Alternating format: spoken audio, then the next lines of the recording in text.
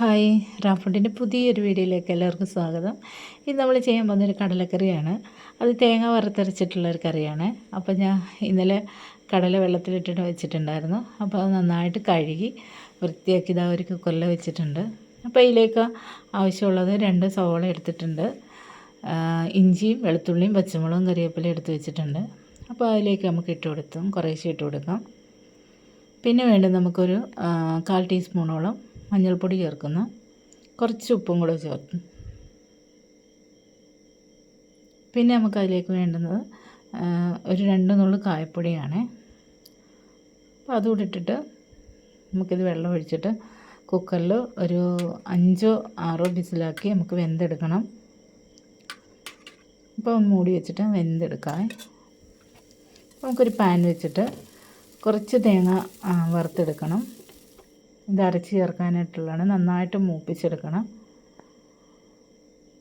ഇതിലേക്ക് വേണം നമ്മൾ മസാല ചേർത്ത് കൊടുത്തിട്ട് അരയ്ക്കാനായിട്ടുള്ളത്. അപ്പോൾ നമ്മുടെ കടലക്കറി ഇവിടെ ആയിക്കൊണ്ടിരിക്കുന്നു.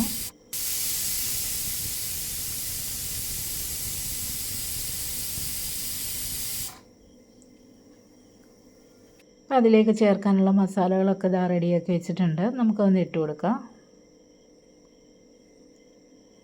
ഇനി കുറച്ച് പെരിഞ്ചീരകം കൂടെ വേണേ, അതുകൂടെ നമുക്കൊന്ന് ഇട്ട് കൊടുക്കണം. എന്നിട്ട് നന്നായിട്ട് മൂത്ത് വരണം. മൂത്ത് വന്നതിന് ശേഷമാണ് നമ്മൾ പൊടികളൊക്കെ ചേർത്ത് കൊടുക്കാനായിട്ടുള്ളത്.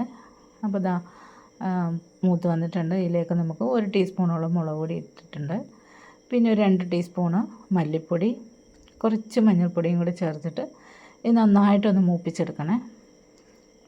സിമ്മിലാക്കിയിട്ട് വേണം നമ്മൾ ചെയ്തെടുക്കാനായിട്ട്.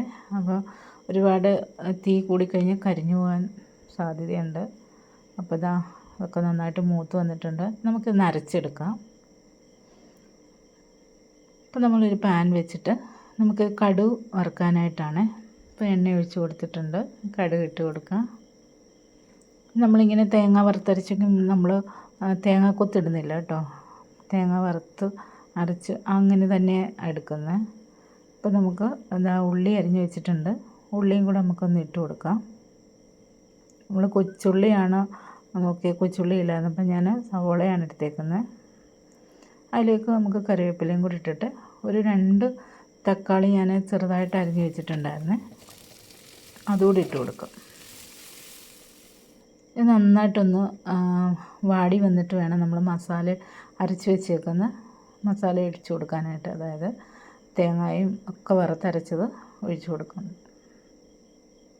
അപ്പോൾ അതിലേക്ക് നമുക്ക് വെന്ത് വെച്ച കടലയും കൂടി ചേർത്ത് കൊടുക്കാം.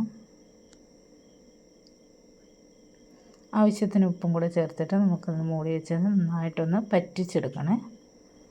നമുക്കൊന്ന് കുറുക്കി എടുക്കാനായിട്ടുണ്ട്. അപ്പോൾ പകുതി ആയിട്ടുണ്ട്.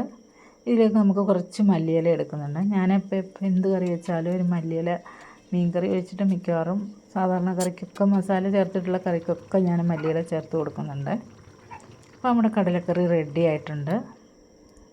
അപ്പോൾ നിങ്ങളെല്ലാവരും ഇങ്ങനെ ഒന്ന് ട്രൈ ചെയ്ത് നോക്കണം. അപ്പോൾ ഞങ്ങളിന്ന് ഇടിയപ്പമായിരുന്നു ഉണ്ടാക്കിയത്.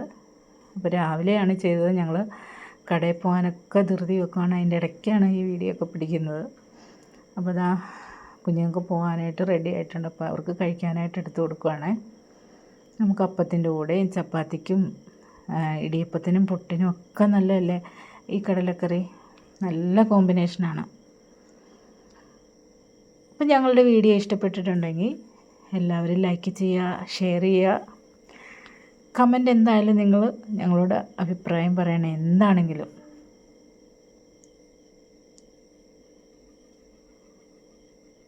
അപ്പോൾ അടുത്ത വീഡിയോയിൽ കാണുന്നവരെ ടാറ്റ, ഓക്കെ, ബൈ.